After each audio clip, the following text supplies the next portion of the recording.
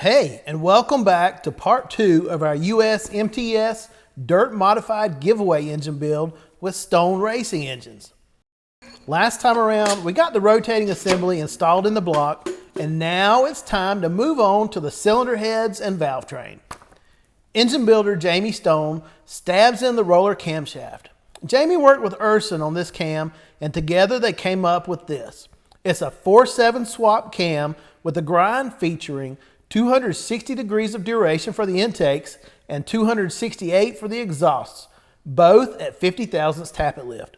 The intake center line is set at 106 degrees, and there's 450 thousandths of an inch of lobe lift for the intakes and 430 thousandths for the exhausts. Jamie says he normally installs the camshaft with the timing advanced a degree or two to help the engine really accelerate hard coming out of the turns. But using the cam timing as a tuning tool is certainly one of his options on down the line to help the engine match the driver and the car. So an adjustable timing set is a must here. Because adjusting the cam timing is an option down the road, Jamie uses a billet timing cover from Cloy's with a removable panel that makes getting to the timing chain a snap. It also has an integrated adjustable cam button to set the camshaft in play. Here, he works a little bit of oil into the bearings before installation. And then, once the timing cover is bolted up, setting the camshaft in play is as simple as running the button in or out with an Allen wrench. The rotating assembly is internally balanced, so we'll be using a neutral balance harmonic damper from PBM. This is their SS series of bonded dampers with steel for both the hub and the inertia ring, allowing enough mass to dampen vibrations, but still keeping the damper on a small diameter for quick acceleration. And if you're wondering, no, I don't know where you can get this really cool hydraulic damper install tool Jamie's using. He says a friend fabricated it for him, and he's not making them anymore. I know because I asked if I could get one for myself. Still, pretty cool though.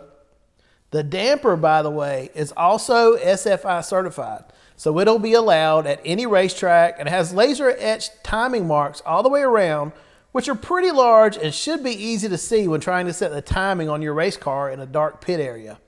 And then the billet timing pointer, which is also from PBM, helps ensure accurate ignition timing readings and won't ever bend on you like those flimsy stamped steel pieces. With the timing cover installed, Jamie can lay down the oil pan gasket. We've already installed the Melling wet sump oil pump and the Kevco pickup. The oil pan is a fully fabricated unit from Kevco with a windage tray and a large kickout that help reduce windage. Jamie recommends Champion Racing Oil in 20W50 weight. Now that may seem a little bit thick to you at first, but Jamie says after lots of testing, he's found the higher weight oil offers better protection even in the harsh environments of racing and in the event the engine runs hot.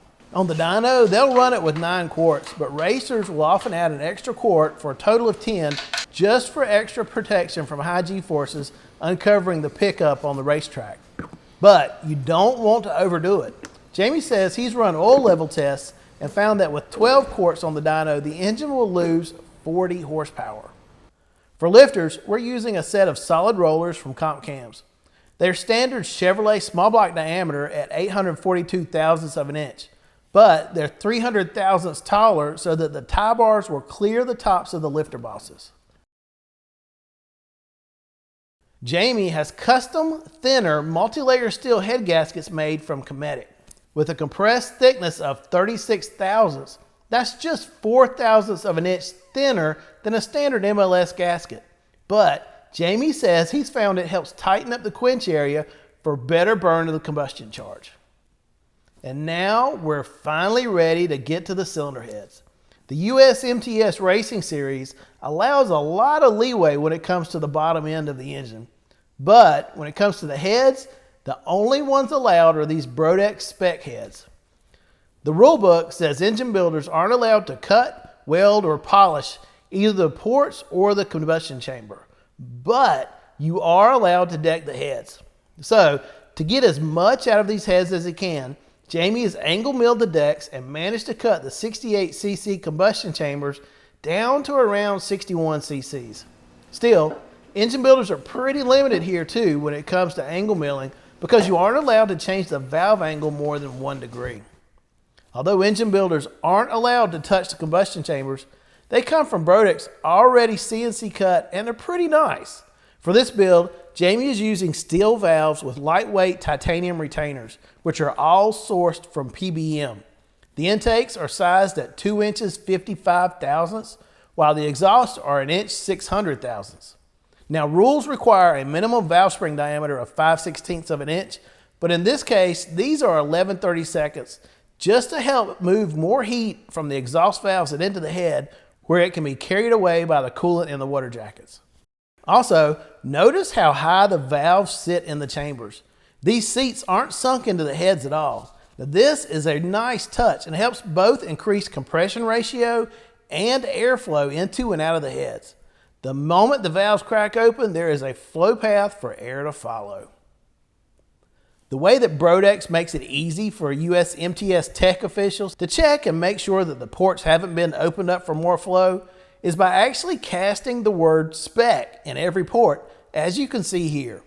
For the intakes, it's in the floor of the port, but in the exhausts, it's in the roof, because those are the areas most affected by any changes. Jamie installs the heads and secures them with a set of ARP head bolts torqued to 70 pounds.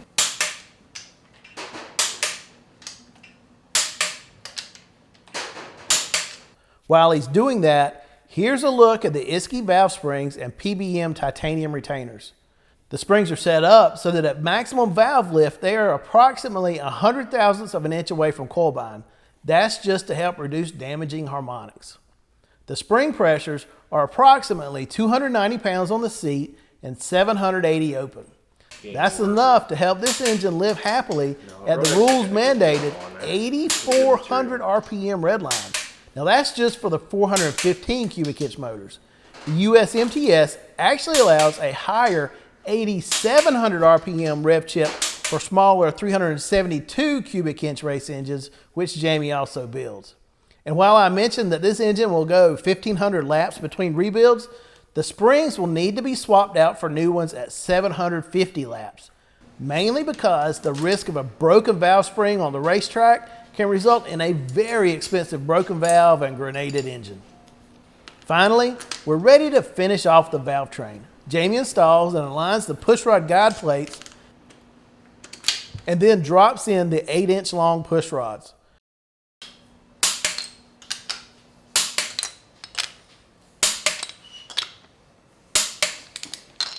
The rockers are lightweight aluminum units from Urson. We're using 1.6 ratio rockers for the intakes to help get a little more area under the curve, and stock 1.5 ratio rockers for the exhaust. That will make the gross valve lift 1 inch 80 thousandths for the intakes and 968 thousandths for the exhaust. Jamie and his father Roger set the lash on the valves for both the intakes and the exhausts at 14 thousandths of an inch cold. Now that should get them close to the targeted 18 thousandths hot lash setting, and we'll double check that on the dyno once the engine gets warm. And that buttons up the valve train on our 415 cubic inch dirt modified race engine. Next time, Jamie Stoen will be installing the carburetor and intake, front drive, and everything else to get this bad boy ready for a rip on the dyno. So stay tuned.